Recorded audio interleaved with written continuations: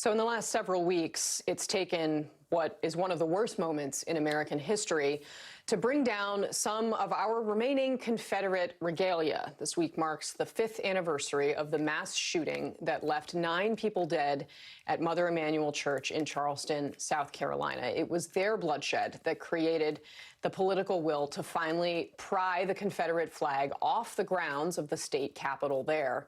And we are seeing renewed moves to pry not just Confederate names, but also Jim Crow and segregationist figures from state capitals, federal buildings, and college campuses like Clemson University. The Marine Corps announced it would rename bases with Confederate names back in February.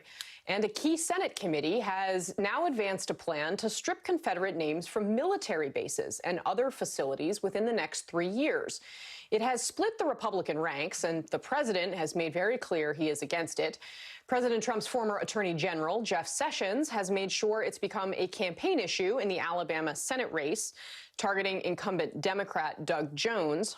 And one of the flashpoints has become whether Speaker Nancy Pelosi can move or take down figures who are Confederate figures who are still found around the U.S. Capitol. Here is my colleague Leanne Caldwell with a little tour of Statuary Hall. 3 of the 11 statues that Democrats want to get rid of are neighbors in this room, including Wheeler of Alabama, who was a high-ranking official in the Confederate Army during the Civil War.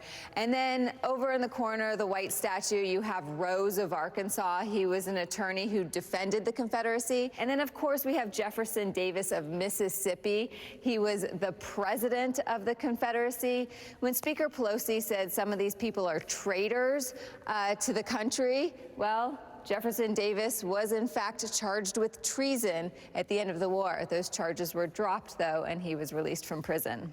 Democrats want to get rid of both statues from Mississippi. The other one, James George, he signed the Orders of Secession for Mississippi before the Civil War.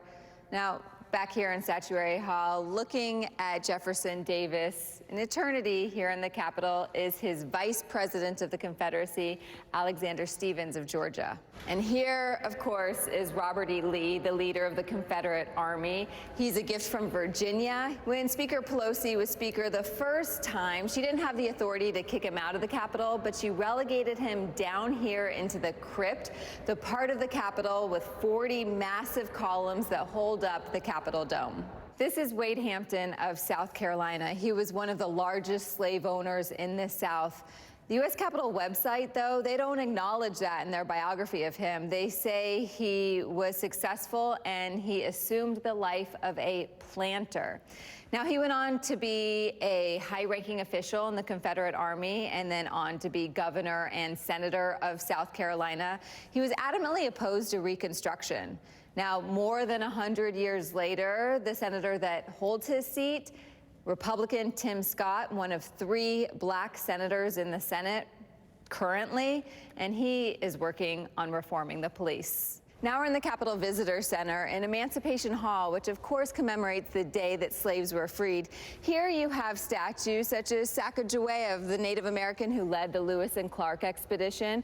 And then over here, Frederick Douglass, African American leading abolitionist. When you saw Democrats take a knee last week for 8 minutes and 46 seconds honoring George Floyd, they did that with Frederick Douglass looking over them.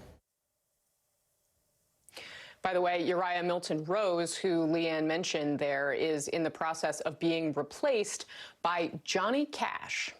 When we